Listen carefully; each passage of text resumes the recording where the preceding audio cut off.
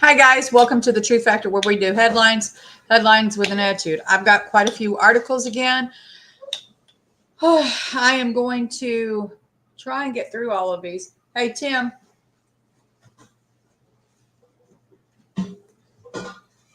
Okay, never mind. Anyway, sorry. We have quite a few articles, lots of updates. The most shocking one, I have a hard time when there's information that comes out that tells you what type of missions are going to be done. And so hearing that there is a SEAL team, a Navy SEAL team, that is going to go in and team up with Israel for a rescue mission kind of has me, a little anxious for one. I just don't think this is the type of news that needs to be out there. And why this news is being reported is beyond me. Just saying. They could be setting themselves up for, a huge downfall. Anyway, that being said, we also have South Korea and New York both on heightened alert, and phosphorus being used by Israel. So let's get into these headlines, guys. I want to get these. And all of these articles, guys, if I don't read them all, and there might be one or two are the same article, guys, because your girl, she's been running the roads. I come in, I just started grabbing, putting them in the Wixit. I read a few of them, but not all of them. I'll let you know that. So, and if it has the same verbiage, girl, this girl's not going to read it, but you will have more than one source to verify these things, right? Anyway, let's get into these headlines, guys. And this is take two for the 10th of October. All righty, we're going to start with this Hal Turner article first. He has an update at 5:18. Anyway, reports have been coming in all morning here in the U.S. Eastern time zone, claiming that Israeli ground invasion of Gaza Strip is imminent and will allegedly begin tonight. In preparation for that, the knowing that Hezbollah in Lebanon has announced that they will enter the war if such an invasion begins, Israel is now allegedly firing massive volleys and artillery into southern Lebanon. This is a developed story, and this story will have live updates as the events unfold. Anyway, at 11:16, U.S. warships heading to Israel will join the fight in case war erupts. The IDF spokesperson says the Israeli defense stated today the United States has advised them that the U.S. Navy vessels and aircraft from Carrier Strike Group 12, which will soon be in the Eastern Mediterranean, are prepared to assist with combat operations alongside Israel if a multi-front war against Hezbollah or other regional actors occurs. The Israeli Air Force has been airlifting hundreds of soldiers from vacations and residents overseas back to Israel to join the war.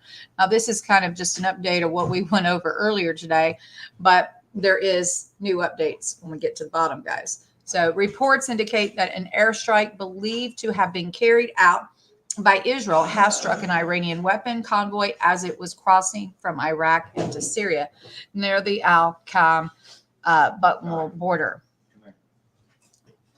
If Israel is now striking Iranian convoys inside Iraq and Syria, then it is Israel that is escalating the conflict, which will cause other countries to enter the conflict. Israel cannot simply attack anyone it wants in other countries and somehow claim it is self-defense. Admittedly, there is a real question as to who conducted the airstrike. Rumor unconfirmed claims it was a fighter jet from the U.S. aircraft carrier Strike Group approaching the Mediterranean.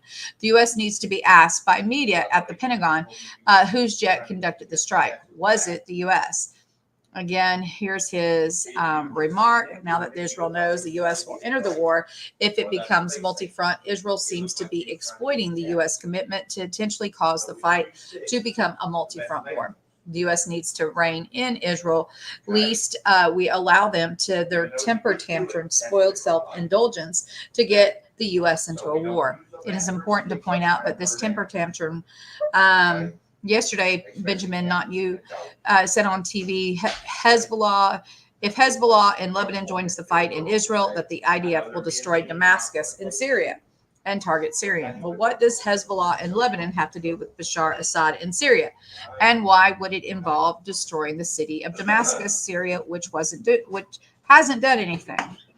And I would say from the article, from one of the articles that I have here, I would say that that has developed. They probably had intel source. They had some information, so they were letting them know they knew. Right? That's what I'm thinking now. After what has happened, anyway, there seems to be this idea within Israel that they can do whatever they want, whenever they want, to whomever they want. That is not reality. Oh, and if actually somehow is reality, then the reality must be brought to an end.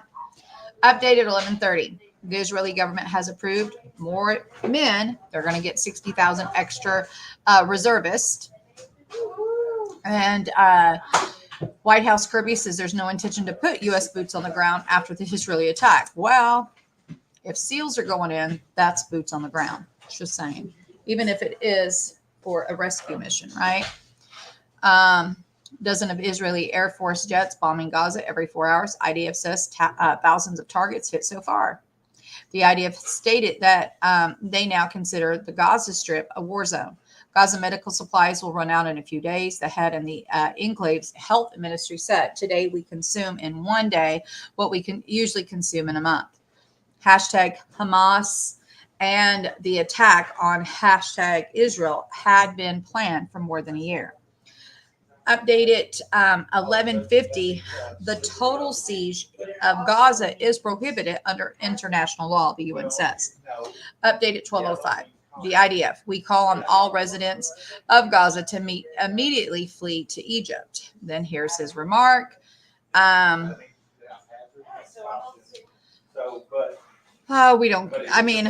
He talks about all residents to flee, seem to indicate ground war into Gaza is coming soon and no one will be safe, right? Yep. Then Vladimir Putin, we need to implement the decision of the UN Security Council on the creation of an independent, sovereign Palestinian state. So again, we're just supposed to dissolve Israel so that the Palestinians get their way, right? We're going to ignore that God gave that land to Israel, right? We're just going to ignore all that. I'm not, but they're going to try to ignore it anyway. Flash. Israel forces are now bombing the towns of Zapking, Al-Khalah, and Al-Hanya, east of the city of Tyre. Lebanon reports multiple casualties. The UNIFIL forces sound sirens at the centers in southern Lebanon, telling staff and UN troops to take shelter. Panic buying resumes in Israel. Well, no kidding. Update at 12:50. The Houthi movement in Yemen has announced that if the United States decide to intervene in Israel, the Houthis will be forced to launch missiles against Israeli territory. U.S. State Department will call on American citizens to avoid traveling to the Lebanese-Israeli border area. Update 2:37. Israeli tanks are now firing up Hezbollah outposts along the border in southern Lebanon. Israeli fighter jets are now over Lebanon's capital city. The Israel Defense Forces say its tanks struck 2 Hezbollah observation posts in response to rockets fired from Lebanon. Al-Qassam brigades warns Israel, if you continue to hit civilians, we will use the Toughen missile, which we have never used before. White phosphorus, video evidence of Israel using phosphorus bombs in southern Lebanon. We saw this earlier.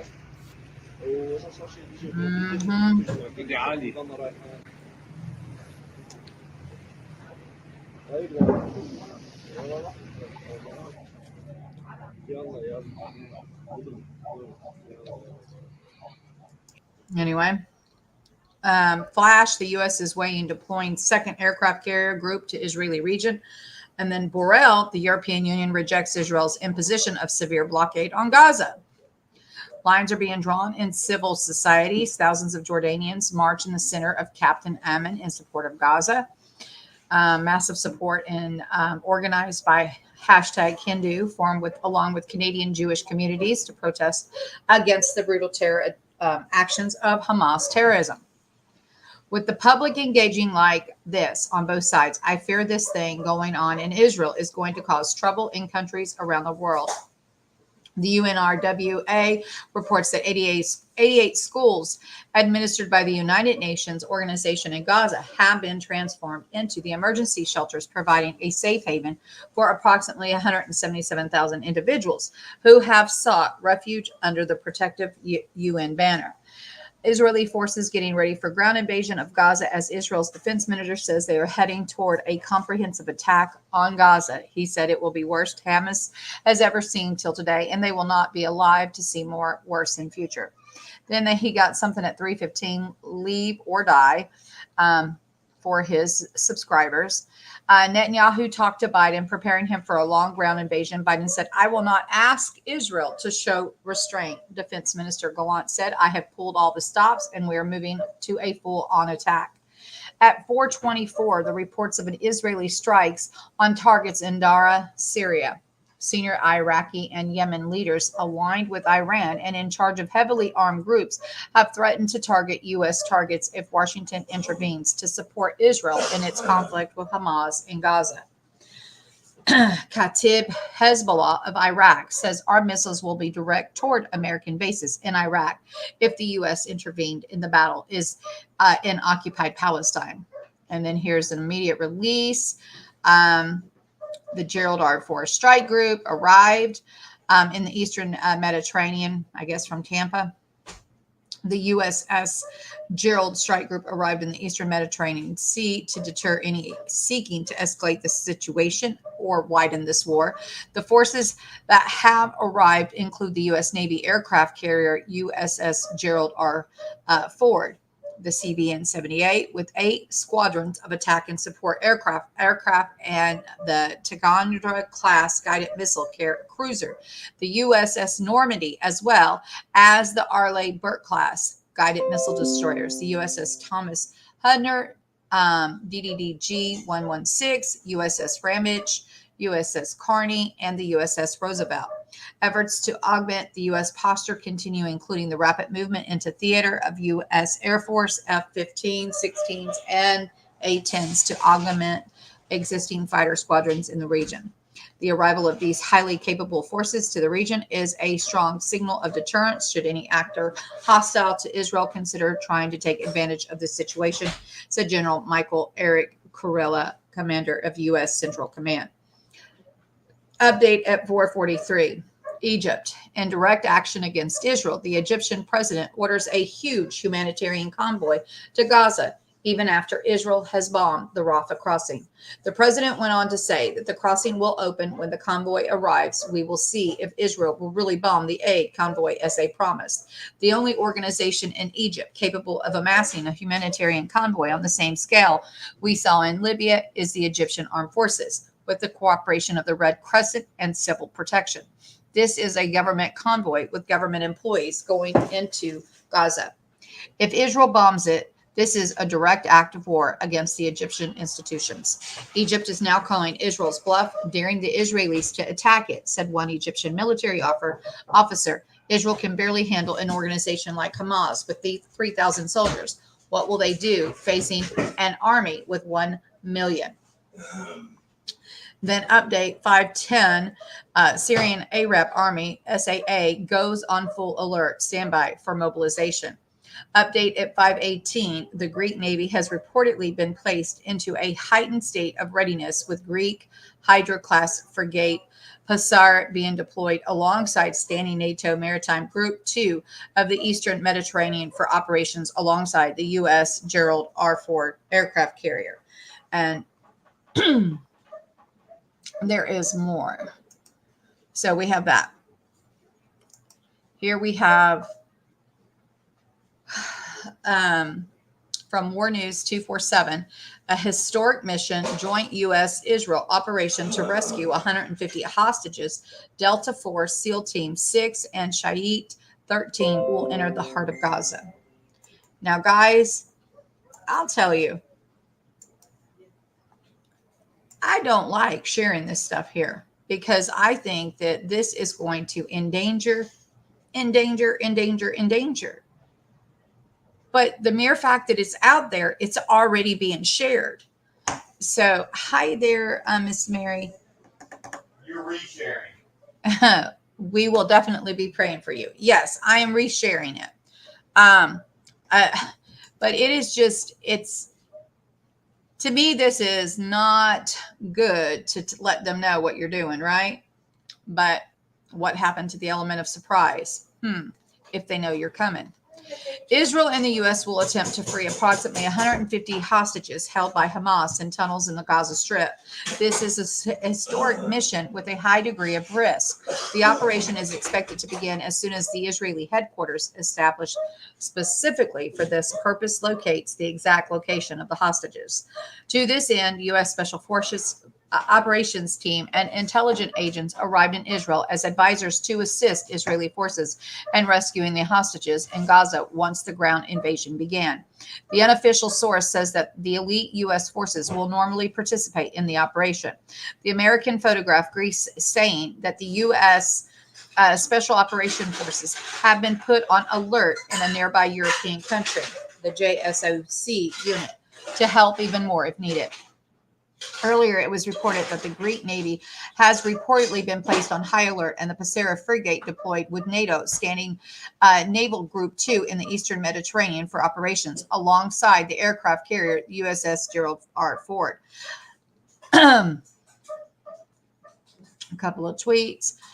Here's the Greek Navy reportedly on high alert, being deployed alongside standing NATO Maritime Group 2.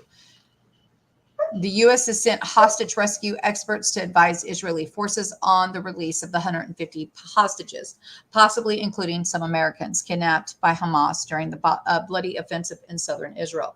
More specifically, the U.S. is sending hostage rescue experts to Israel and putting the Special Operations Team door kickers on alert. Meanwhile, U.S. Special Operation Forces have been put on alert in a nearby European country, according to two senior U.S. military officials who spoke on a condition of anonymity to discuss sensitive national security issues. Sources describe these troops as door kickers who could conduct a rescue effort themselves if ordered. Officially, U.S. Forces will not assist Israel in any operations on the ground. The sources said unofficially, the Americans are feverishly working on their participation in the joint venture. The U.S. has sent both members of the intelligence community and Special Operation Forces from U.S. Central Command and U.S. Special Operation Command to Israel to advise and assist in intelligent operations, the sources told the messenger. Defense Secretary Lloyd Austin confirmed on Tuesday that the U.S. has people on the ground to assist Israeli authorities with intelligence and planning for possible operations involving a hostage rescue efforts. Austin, who traveled to Brussels with joint U.S. Chiefs of Staff General Charles Brown to meet with the Ukraine Defense Contract Group, said the Pentagon has a liaison team in Israel that works with Israeli Special Operation Forces. Austin also says the U.S. has the ability to rapidly deploy other resources in the region. The White House said 11 Americans were killed in Israel and several remaining missing. Officials have not confirmed that any Americans are among the hostages, but on Tuesday, family members of 4 Americans came forward saying they believe that their loved ones had been kidnapped in the Hamas-controlled Gaza. Hamas threatened on Monday to begin executing hostages in retaliation for Israeli airstrikes in Gaza Strip. The U.S. defense official described the attack, which involved gunmen targeting civilians and kidnapping elderly women and young children, as ISIS-level savagery. And here you got Mario, Pentagon official, American Special Forces arrived right there. Sky News. Although officials did not say what kind of special operation forces were put on alert, they said the military unit fell under the Joint Special Operation Command. The 2 primary counterterrorism units under the Joint Special Operation Command that have historically undertaken hostage rescue missions worldwide are the Army Delta Force, officially known as the 1st Special Forces Operational Detachment Delta, and the Navy SEAL Team 6, Navy Special Warfare Development Group. Logically, from the Israeli side, the Shahed 13 elite force will attempt. In addition, the U.S. has begun work on delivering ammunition and air defense to Israel. The Nimitz-class aircraft carrier USS Gerald R. Ford and 5 guided missiles, cruisers, and destroyers arrived off Israel in the Eastern Mediterranean on Tuesday, sources told the messenger.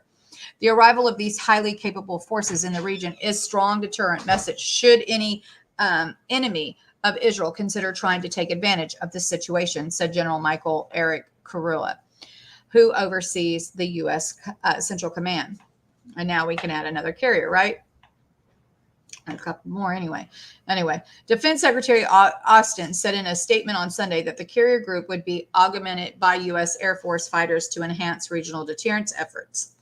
All right, guys. So I'm not going to read any more because this is all the same verbiage now at this point. So we're going to go on to the next article. And this is the next article. With firepower of 2 aircraft carriers, Israel goes to war with Hezbollah. The U.S. also sends the U.S. Dwight D. Eisenhower with its battle group. It says Israel's plans are changing. Israeli circles see a unique opportunity on the horizon. The U.S. is sending a second aircraft carrier with its battle group to the eastern Mediterranean off the coast to Israel, responding in this way to war preparations of Hezbollah, the Iranian Guards, and other Shiite militias in Syria, Lebanon, and Iraq. The development of extremely serious as the second aircraft carrier, like the first, is not going because of Hamas, but because of Hezbollah and Iran. Israel, as you will see, is now having second thoughts about the course of war. Let's see. Olivia Gaza says, Jake Sullivan, let me be clear. We did not move the aircraft carrier for Hamas. We moved the carrier to send a clear message of deterrence to other state or non-state actors that might be considering taking advantage of Hamas-led attacks on Israel. And then we have the U.S. may deploy a second aircraft carrier near Israel. U.S. officials said an escalation of the U.S. military effort to deter regional powers from joining the war between Hamas and Israel. The USS Dwight Eisenhower and its battle groups were scheduled months ago to depart this week for the Middle East. They are expected to arrive in the Middle East in about 2 weeks, defense officials said. Meanwhile, the U.S. Gerald and its battle group are expected to arrive on Tuesday, U.S. officials said. The Pentagon is considering, but has not formally decided whether the U.S. Eisenhower will replace the U.S. Gerald or whether both carriers will remain in the region, the same U.S. Pentagon official said. The most likely scenario is for both aircraft carriers to remain in the region while at the same time strengthening all U.S. air bases in the Middle East. And that's because no one can predict what will happen in the Israeli operation last month, as predicted. The U.S. had 2 aircraft carriers in the region in 2020 after a deadly rocket attack in Camp Taj in Iraq killed 2 U.S. soldiers and a British soldier. Circles within Israel are now pushing for a direct war with Hezbollah. As they report, Israel now has a unique opportunity to destroy Hezbollah exists. Massive IDF mobilization, Air Force on war footing, and U.S. warships arrive. They specifically mention the United States strongly supports Israel during the Gaza war. The Americans are sending weapons, mobilizing warships and aircraft, and warning Iran and Hezbollah to stay out. Beyond the support of a close ally, the current situation offers the U.S. a golden opportunity to reassert its global power. If the U.S. threats prevent Hezbollah and Iran from joining the war, then they will show the U.S. military power still works as a deterrent. If Iran's axis enters the war, Hezbollah in Lebanon would be an unusually convenient target for the U.S. Hezbollah is essentially a very small army deployed in a small geographic area with many assets. Furthermore, most of the fighting will be done by Israel. No need for American boots on the ground, as a limited U.S. involvement is needed, but with a significant impact.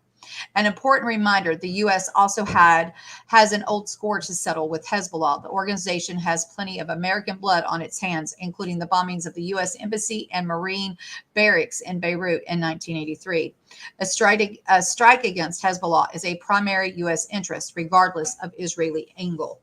Finally, the U.S. support for Israel will also have an unusually low diplomatic cost to the Americans, given the terrible atrocities committed by Hamas against Israeli civilians. Much of the world supports the Israeli war effort. In any case, Shiite Hezbollah is despised by many in the Sunni Arab world. An Israeli victory in the war with Hezbollah with strong U.S. support would serve as a strong indication of U.S. power. Now Washington has a unique opportunity to strengthen its position in the Middle East, concludes Israelis. And then we have At the same time, the Egyptians are making an important revelation. Israel is preparing for a months-long group campaigning in Gaza. An Egyptian official revealed to the Times of Israel saying that this message has gone from Jerusalem to Cairo. The Egyptian official said Israel has so far rejected Cairo's mediation efforts for any kind of de-escalation, showing it wants to deliver a knockout blow to Hamas before moving to ceasefire negotiations. And let's see. Then we have Hezbollah and Iranian guards open a front against Israel in the Golan. Fierce fighting in Lebanon, and ATGM Hornet fires against the Merkava. Phosphorus bombs fall, which we saw that already, but a major military mobilization is being seen in Syria, Iraq, Lebanon, and Hezbollah, and Iranian guard forces gather and take up fighting positions near the Golan Heights.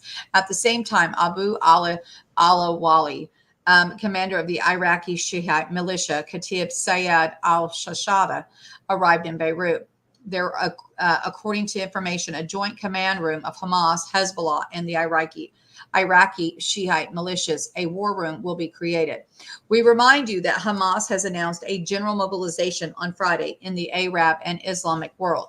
Hamas, in its invitation, in which it does not give more content, calls on Arabs and Muslims to show their solidarity with the Palestinians and their resistance on Friday. According to Hamas spokesperson who spoke to The Guardian, the armed organization is ready for a long war with Israel. The Iranian Guard and Hezbollah forces are massing in Syria on the Golan Heights. According to the Russian sources, the Islamic Revolutionary Guard Corps and Hezbollah are moving forces and weapons into Syria, taking up fighting positions in the Golan Heights. Hezbollah has declared a state maximum combat readiness, but has yet to launch combat operations. The IRGC and Hezbollah units are stationed in Dara and Quetta Province in readiness for an attack from the Golan Heights. Missiles and drones were deployed in Syria along with personnel. Now you can see why Israel would be concerned with Syria, right? Iraqi Shiite groups are also on alert. According to some military experts, the IRGC and Hezbollah have adopted an wait-and-see approach, and further actions will depend on what United States does in this situation. If the Americans intervene in the conflict on the side of Israel, Palestine will receive their support. In fact, that is what was stated by the head of Iraqi organization Badr Hada al-Ami. According to him, if the U.S. intervenes, all U.S. military bases in the country will be attacked. If Washington intervenes in the struggle between Israeli regime and Palestine, we will hit all American bases, he said to his supporters. The Houthis of Yemen made this same statement. They are also waiting for Washington's decision and are threatening a new regional war. The leader of Yemen's Shiite Iran-backed Houthi movement, Abdel Malak al-Houthi, has warned that if the United States intervenes directly in the Gaza war, his organization will respond with missiles, drones, and other military options, as he said. There are red lines when it comes to Gaza, and he said, and adding that the Houthis are ready to coordinate their actions with other organizations and intervene. Now, guys, I think it's ridiculous that they are planning on attacking Israel, but they don't want Israel to have anybody to help aid them in a multi-frontal type war. It's ridiculous. It's absolutely ridiculous. People are supposed to just stand down and just allow this to happen. It's just fierce clashes have erupted on the border between Israel and Lebanon, between Hezbollah and Israeli forces. Israeli Merkava, the 4 tanks reportedly opened fire and destroyed 2 observation posts in South Lebanon used by Hezbollah. Hezbollah confirmed in a statement the hit. Later in the attack, helicopter, probably Apache, hit Hezbollah observation post after an anti-tank missile was fired from Lebanese territory at a military vehicle in the Avim area. Israel is reportedly bombing Hezbollah positions with phosphorus bombs. And there that is again. And we've done seen that. We're not going to watch that again. All right, guys. And then we have from Times of Israel here, guys. Biden. Eventually, you knew Biden would speak, right? Anyway, Biden details Hamas's sheer evil pledge to ensure Israel can defend itself. Babies killed, entire families slain, young people massacred, women raped. U.S. President says sickening atrocities reopen scars left by millennia of anti-Semitism and genocide. Joe Biden on Tuesday disclosed unprecedented and explicit details of the sheer evil inflicted by Hamas against Israel in an emotional speech during which he promised to ensure that the Jewish state would have what it needs to respond to the shocking weekend onslaught. There are moments in our life, I mean this literally, when a pure, unadulterated evil is unleashed on this world, he said in his hushed voice during a speech shown live on many American and Israeli television channels. This is an act of sheer evil. Flanked in the White House by Vice President Kamala Harris and Secretary of State Anthony Blinken for his second address to the nation on an ongoing war launched by Gaza-based terror group early Saturday. Biden detailed some of the scenes from the attack. Parents butchered using their bodies to try to protect their children, stomach-turning reports of babies being killed, entire families slain, young people massacred while attending a musical festival. Women raped, assaulted, paraded as trophies, he said. There are still so many families desperately waiting to hear the fate of their loved ones, not knowing if they're alive or dead, being held hostage, infants in their mother's arms, grandparents in wheelchairs, Holocaust survivors abducted and held hostage. This is terrorism, but sadly for the Jewish people, it's not new. Biden continued, this attack has brought to the surface painful memories and the scars left by millennia and anti-Semitism and genocide of the Jewish people. Hamas does not stand for Palestinian people right to dignity and self-determination. Its stated purpose is annihilation of the state of Israel and the murder of Jewish people, he asserted. Like every nation in the world, Israel has the right to respond, indeed, has a duty to respond to these vicious attacks. The president said, Biden said he had one word, don't, for any of Israel's adversaries who might try to get involved, in a clear message to long-term foe, Iran, which back Hamas, and Lebanese Hezbollah. And the president stressed he was ready to move additional assets if needed to show Washington's backing for its ally and bolster its presence in the tense region. And then there's a link for the full context. The president said the U.S. was surging additional military aid to Israel, such as ammunition and interceptors to replenish the Iron Dome missile defense system. He pledged to ensure that Israel does not run out of equipment needed to protect its citizens, and said that the administration would ask Congress to take urgent action to fund Israel's security needs upon returning to session in the coming days. This is not about a party or politics. This is about the security of our world, the security of the United States of America, Biden said. Our hearts may be broken, but our resolve is clear, said Biden, who compared Hamas actions to the Islamic State terror group. Let there be no doubt. The United States has Israel's back. We will make sure the Jewish and democratic state of Israel can defend itself today, tomorrow, as we always have. It's simple as that. The atrocities have been sickening. We're with Israel. Let's make no mistake. While he very carefully avoided voicing any criticism of Israel's response to the Hamas attacks, airstrikes in Gaza that have left hundreds dead, including civilians, Biden did appear to implore Jerusalem to uphold international law in its counteroffensive against Hamas. Biden said he spoke with Netanyahu about how democracy like Israel and the United States are stronger and more secure when we act according to the rule of law. Terrorists purposely target civilians, kill them. We uphold the law of the war, he added. The conflict has also created a hostage crisis for Washington, which Biden will have a few options for resolving. Hamas has held around 150 hostages since its ground incursion, among them children, elderly, and young people. It has warned it would start killing hostages every time Israel strikes a civilian target in Gaza without warning. Biden confirmed that at least 14 Americans were killed in the Hamas attack, and that the number has been taken, and that there has been that a number had been taken as hostage. So we have clear. Stop it. We have a clear confirmation by the president that there are American hostages, and the number of dead Americans in Israel is up to 14.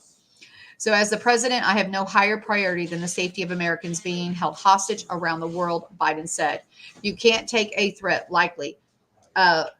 Take a threat like that lightly, White House National Security Council spokesperson John Kirby told CNN. You got to take it seriously because of the barbarity that Hamas has already shown the capable of. The United States have offered Israel intelligence and a hostage recovery expertise, Kirby said. Defense Secretary Lloyd Austin told reporters traveling with him to Brussels that a small group of the U.S. Special Forces is also working with the Israelis to help with planning and intelligence. So, guys, don't think that they're not over there just because, oh, we're not going to get into it. They're in it. They're in it. They're in it. Anyway, there's also the first plane with advanced U.S. ammunition lands at an airbase, Blinken, to visit Israel. So Blinken is going over there to Israel, I think tomorrow or Thursday. What? I think it's Thursday, guys. I can't hear you. I don't know. You have. Yeah. I didn't have. Blinken will visit Israel Thursday in a show of solidarity and support. So there is that. That's what I wanted from there to show you guys. Then we have from Intel. End time headlines. Israeli officials are calling for doomsday nuclear missile option. An Israeli lawmaker is calling for her nation's military to use nuclear warfare in response to attacks by Hamas. Revadal Tali Gottlieb, an Israeli lawyer and member of the Knesset for the Likud, published a multiple post advocating for forceful retaliation following a surprise attack on Gaza on Saturday at the hands of the militia Palestinian group designated as a terrorist organization by the United States. More than 1,600 combined Israelis and Palestinians. It does say the Palestinian group is designated as a terrorist organization by the United States. More than 1,600 combined Israelis and Palestinians have reportedly been killed since Hamas launched attacks, according to the Associated Press, and hundreds of others have been injured. Hamas has reportedly taken an unknown number of hostages as the conflict has escalated. The Jericho missiles strategic alert. Before considering the introduction of forces, doomsday weapon, this is my opinion. May God preserve all our strength, Galtov wrote on X, formerly Twitter, on Monday, according to a translation. Another post, I urge you to do everything and use doomsday weapons fearlessly against our enemies, adding that Israel must use everything in its arsenal. On Tuesday, she continued with her calls for urgency. Only an explosion that shakes the Middle East will restore this country's dignity, strength, and security.